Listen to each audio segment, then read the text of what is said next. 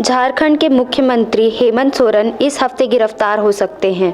रांची जमीन घोटाले से जुड़ी मामले में केंद्रीय एजेंसी ईडी ने उनको 7वां समन भेजा था, तो साफ तौर पर कहा था कि 2 दिन में बताएं कि उसने कहा और कब पूछताछ की जाए। इससे पहले 6 समन भेजकर एजेंसी ने उनको अपने कार्यालय में आने के लिए कहा था, लेकिन 7वें समन में उनसे समय और स्थान बताने के लिए कहा था।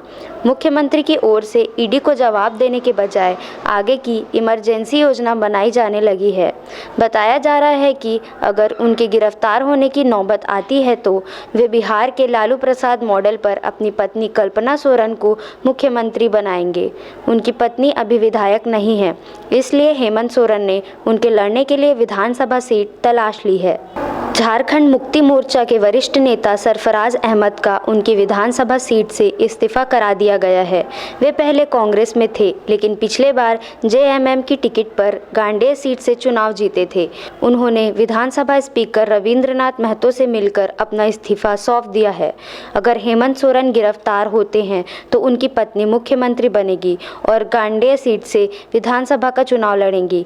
हेमंत के पिता शिबू सोरेन भी मुख्यमंत्री बनने के बाद विधानसभा का उपचुनाव लड़े थे और हार गए थे। तभी इस बार हेमंत ने सीट चुनने में कोई गलती नहीं की है।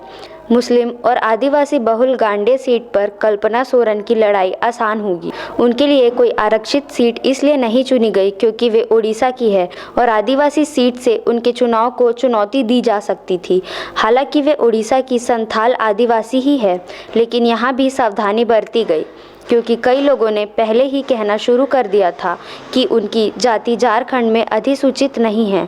पहले यह भी चर्चा थी कि कल्पना सोरेन गिरिडीह सीट से लड़ सकती हैं, लेकिन वहां एक अन्य संथाल आदिवासी नेता और पूर्व मुख्यमंत्री बाबूलाल मरांडी चुनाव हार चुके हैं, इसलिए हेमंत सोरेन ने जोखिम नहीं लिया।